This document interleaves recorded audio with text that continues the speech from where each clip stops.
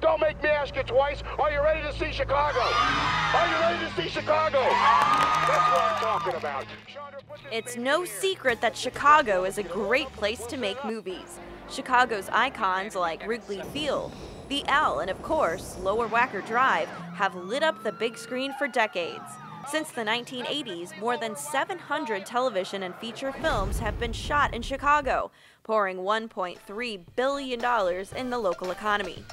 It's great economic development in terms of what it does in terms of creating local jobs, what it does for supporting small businesses locally, and what it does in terms of showcasing Chicago to audiences around the world. I mean, people see Ferris Bueller's Day Off, or they see more certainly contemporary films, and have an introduced new notion of what Chicago looks like, what Chicago's people are like, and perhaps they start building plans to do business in Chicago or travel to Chicago. Why so serious?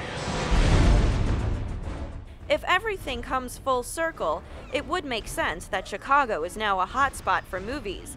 Back at the turn of the 20th century, Chicago was one of the birthplaces of film production. At the time, S&A Studios here in Chicago produced 4 out of every 5 movies made in the United States. When Western films started to grow in popularity, film production moved out west, and Chicago was left in the dust. Chicago was pretty much forgotten as a place for film production, and thanks to the Blues Brothers, frankly, put Chicago very much on Hollywood's map. I mean, people saw that film and figured, man, they'll let you do just about anything in Chicago, given all the stunts and chases and things that went on there. And it was also right about that time that John Hughes, who is a Chicago native and who wanted to make movies in Chicago, was a filmmaking machine with movies like 16 Candles and Breakfast Club and Home Alone series. And John Hughes proved that a series of movies can be made in Chicago on budget with great crews and make money. Kevin! Chicago was riding high in the 80s and 90s. But like any business, it's all about the dollar. And despite Chicago's popularity, cheaper destinations in Canada and overseas began to win over the hearts of Hollywood producers. When the movie Chicago, released in 2002, was filmed almost entirely in Toronto, Illinois state legislators got serious about courting the film industry back and began offering a tax incentive in 2004. The incentive worked. Last year was Chicago's biggest year ever in television and film production, bringing $145 million in the local economy. Perhaps our best sales force, frankly, these days has evolved out of native Chicagoans who are now in positions of clout within the Hollywood system. People like Vince Vaughn, who brought the breakup here to Chicago, Bonnie Hunt, George Tillman and Bob Teitel, the producing directing team of Columbia College graduates who now have been making a series of pictures in Chicago, and most recently Humboldt Park, which just wrapped filming not too long ago. Now that Chicago is a hot spot once again, there are film and television productions being shot all over the city. So just how is a movie made here? The Chicago Film Office is the first stop for Hollywood producers. The Film Office helps coordinate all of the logistics like street closings and parking, making sure traffic flow and public safety aren't jeopardized. The Film Office also helps Hollywood connect with other city departments who would need to get on board. For example, the fire department would need to be called in for a special effect involving explosives. Together, they'll work out a plan that allows filming and reality to live side by side. Well, we pulled some strings and we're on the set of the Unborn, where they're shooting here on Wacker Drive near Michigan Avenue. Now, at least they got some decent Chicago weather today. Let's go see who we can find.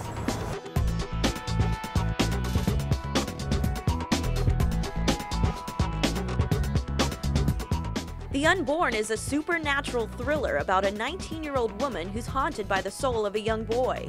The movie stars Odette Yustman, most recently in Cloverfield, Gary Oldman, and Cam Gigandet. You may recognize him from The OC. They're about halfway through their 40 shooting days in Chicago, Lake Forest, and Melrose Park. All right, I've run into Brad Fuller. He's one of the 3 producers of The Unborn. So Brad, tell me, why did you choose Chicago?